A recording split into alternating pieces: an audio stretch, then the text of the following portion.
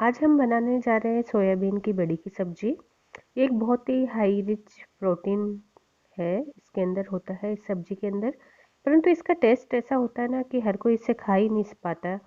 तो आज अन्नूज तड़का किचन में मैं इसको इस तरीके से बनाना बताऊंगी कि कोई आपके पहचान ही नहीं पाएगा ये सोयाबीन की सब्जी है क्या।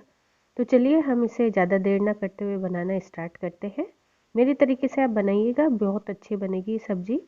इसके लिए मैंने 1 कप सोयाबीन ली है। इसे सोयाबीन की बड़ी, न्यूट्रिला या फिर सोया चंक्स कई नामों से जाने जाते हैं। ये सभी चीज़ें एक ही है, अलग अलग नहीं है। मैंने इस साइज़ की ली है, अलग अलग साइज़ में आती है, बड़ी छोटी। आपके पास जो अवेलेबल हो वो आप काम में ले सकते हैं। अब हम इसको उबालेंगे। तो इसको उबालने के भी दो तरीके हैं। या तो आप पानी गर्म करिए और उसके अंदर नमक डाल के इसको 5 से 7 मिनट उबाल लीजिए, या फिर आप गर्म पानी करिए और उसके अंदर नमक डाल के 15 मिनट के लिए इसको भिगा के रख दीजिए। तो दोनों तरीके बेस्ट हैं, आप जिसमें इजी हो वो तरीका आप यूज कर सकते हैं।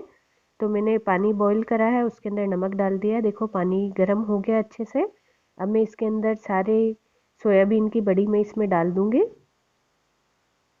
और जब तक उबाल नहीं आ जाता 5 से 7 मिनट मैं इसको इसके अंदर उबलने दूंगी। इससे क्या होगा कि जो सोयाबीन है वो सॉफ्ट हो जाएगी और इसके अंदर एक अजीब सा कसेलापन होता है, कड़वापन, वो भी बाहर निकल जाता है।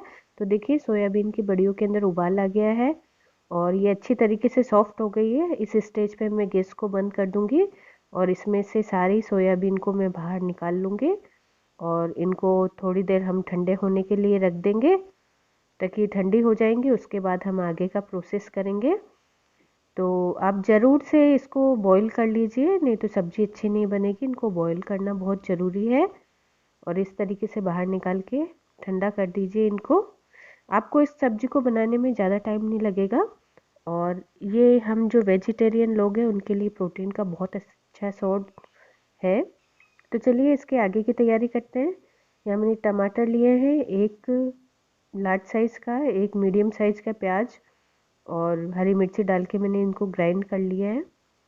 चलिए जब तक हमारी सोयाबीन भी ठंडी हो चुकी है तो अब मैं हाथों के बीच में इस तरीके से दबाकर इनका जो पानी होगा वो सारा निकाल लूँगी मैं। ज़्यादा ज़ोर से नहीं दबाना आपको, नहीं तो सोयाबीन की बड़ी टूट जाएगी। आप थोड़ा सा प्रेशर लगा के जितना भी पानी है इनमें से निकाल लीजिएगा, नहीं तो पानी नहीं निकालेंगे तो ये पानी इनके अंदर रहेगा जिससे सब्जी का टेस्ट अच्छा नहीं आएगा। इस कारण से आप इसे ज़रूर बाहर निकाल लीजिएगा। मैंने सारी सोयाबीन का पानी बाहर निकाल लिया है। एक और इम्पोर्टेंट प्रोसेस हम इसके अंदर करेंगे।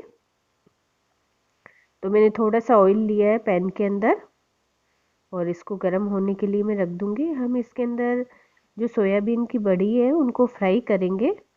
डायरेक्ट हम नहीं बनाएंगे, उनको थोड़ा फ्राई करेंगे। फ्राई करने से क्या होगा कि जो इनका कच्चापन है वो चला जाएगा और इनका टेस्ट और ज़्यादा बढ़ जाएगा, तो सब्ज़ी टेस्टी बनेगी।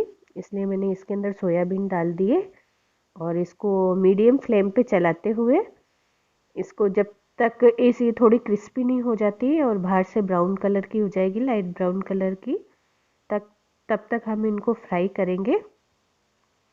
देखिए हल्के से ब्राउन कलर की हो गई है बाहर से और अभी सोयाबीन का कच्चापन भी इसके अंदर नहीं रहा है, इसलिए अब इनको बाहर निकाल लूँगी सारी सोयाबीन को और फिर से हम इनको ठंडा करेंगे क्योंकि अगला प्रोसेस जो है वो गर्म के अंदर नहीं हो सकता है, इसलिए इनको थोड़ी देर हम ठंडा कर लेंगे इस तरीके से। देखिए एक बार फिर से मैं आपको दिखाती हूँ कि निकालने के बाद इनका कलर इस तरीके का होना चाहिए, लाइट ब्राउन कलर का। अब हमारी सोयाबीन की बड़ी सारी ठंडी हो चुकी है, तो चलिए हम आगे का प्रोसेस करते हैं। इसको मैरिनेट करेंगे।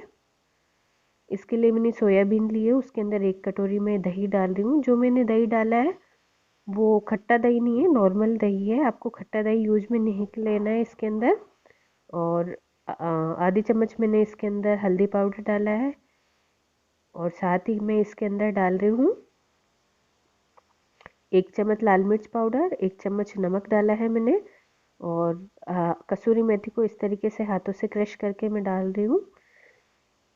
इसके साथ ही मैंने इसके अंदर थोड़ा सा गरम मसाला भी डाला था, वो मैं दिखाना भूल गई हूँ, तो आप वो डाल लीजिएगा। और इस तरीके से सबको मिला के 15 मिनट के लिए हम इसको ढक के रख देंगे ताकि ये जो हमने मसाले इसके अंदर मिक्स करे हैं वो सभी सोयाबीन की बड़ियाँ सोख लें और अच्छी तरीके से मैरिनेट हो जाए ताकि इनका टेस्ट एनहेंस हो जाए। तो चलिए 15 मिनट हो चुके हैं, अब सब्जी बनाने की तैयारी करते हैं।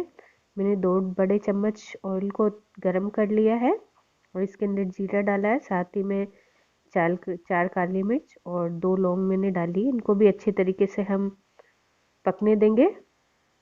और साथ ही में इसके अंदर डाल रही हूँ बे लीफ, तेज पत्ता डाला है मैंने, और एक छोटा टुकड़ा मैं इसके अंदर डालूंगी दालचीनी का। इन सभी को थोड़ी सी देर हम फ्राई कर लेंगे ताकि इनका जो टेस्ट है वो और ज़्यादा बढ़ जाएगा। इस तरीके से मैंने गैस की फ्लेम को लो कर दिया है। अब सबसे पहले हम इसके क्या अंदर है जो हमने पेस्ट बनाया था, गार्लिक और जिंजर का पेस्ट है ये, तो मैंने बना लिया था ऑलरेडी, उसको मैं डाल रही हूँ। अब इसको भी हम अच्छे से, जब तक इसका कच्चापन नहीं चल जाए, हल्का ब्राउन नहीं हो जाए लहसुन, तब तक हम इसको पकाएंगे, नहीं तो इसका सब्जी के अंदर कच्चा टेस्ट आएगा, वो अच्छा नहीं लगेगा। देखिए लाइट ब्राउन हो गया है लहसुन। अब इसके अंदर मैं 3 से 4 बारीक कटी हुई हरी मिर्ची है वो डाल रही हूँ इस तरीके से, और इसको भी इस मसाले के साथ भून लूँगी मैं। 1 से 2 मिनट लगेंगे, आपको ज़्यादा टाइम नहीं लगेगा। साथ ही के अंदर जो हमने पीस के टमाटर और प्याज का जो पेस्ट बनाया था, वो सारा पेस्ट मैं इसके अंदर डाल दूँगी और इसको भी अच्छे से चलाते हुए, जब तक हमारे प्याज अच्छे से भुन नहीं जाते और टमाटर भुन नहीं जाते, इनका कच्चापन ख़त्म नहीं हो जाता, 3 से 4 मिनट के लिए हमें इनको चलाते हुए पकाना होगा। गैस की फ्लेम को मैंने लो कर दिया है इस समय, लो टू मीडियम है गैस की फ्लेम, हाई फ्लेम पे नहीं करना है हम लोगों को। अब हम कुछ मसाले डाल देते हैं। जैसे मैंने 1 चम्मच लाल मिर्च पाउडर, 1/4 टीस्पून मैंने इसके अंदर हल्दी पाउडर डाला है, 2 चम्मच धनिया पाउडर डाल रही हूँ, और टेस्ट के अकॉर्डिंग मैं इसके अंदर डालूँगी नमक। इन सभी मसालों को अच्छे से हम चला लेंगे।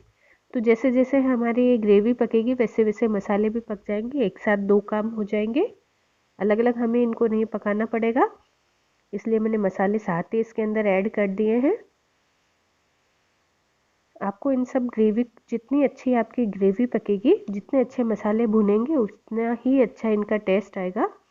तो मैंने थोड़ा सा पानी इसके अंदर ऐड कर दिया है ताकि मसाले जले नहीं, और इस तरीके से अच्छे से उसके अंदर मैं मिक्स कर दूंगी पानी को, और 5 से 7 मिनट के लिए हम इसको ढक्कन लगा के पकने के लिए रख देंगे, ताकि जो ये ग्रेवी है वो ऑयल को भी रिलीज कर देगी और मसाले भी हमारे अच्छे से पक जाएंगे।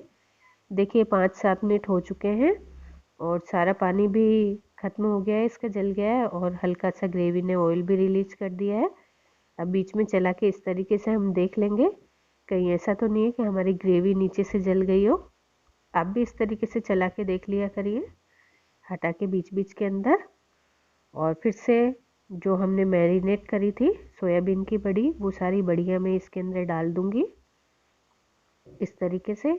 अब ये जो बचे हुए दही और मसाले, इनको फेंकना नहीं है, हम क्या करेंगे, इसमें पानी मिला के इसी के अंदर हम डाल देंगे। तो देखिए थोड़ा सा पानी मिला के मैं इसके अंदर ये सारे मसाले घोल के इसके अंदर डाल दूँगी इस तरीके से, और हम ये सब चीज़ें ग्रेवी के साथ में इसे मिक्स कर दूँगी इस तरीके से। अब हमारी सोयाबीन तो पकी हुई है, लेकिन इसके अंदर मसाले अच्छे तरीके से मिक्स हो जाएं, इसके लिए हम ढक के 7 मिनट तक हम इसे और पका लेंगे। देखिए 7 मिनट हो गए हैं, हमारी सब्जी बिल्कुल बन के रेडी हो गया है, ग्रेवी ने ऑयल भी रिलीज कर दिया है, देखिए कितनी अच्छी सब्जी लग रही है। अब इस स्टेज पे मैं इसके अंदर आधा चम्मच गरम मसाला मिलाऊंगी। तो आप भी डाल सकते हैं गरम मसाला, या चाहे तो हमने मैरिनेट करा तब भी गरम मसाला डाला था, तो आप इसको स्किप भी कर सकते हैं। और इसे गार्निश करेंगे हम धनिए से और स्प्रिंग ऑनियन से। लीजिए हमारी रेडी है सोयाबीन की सब्जी।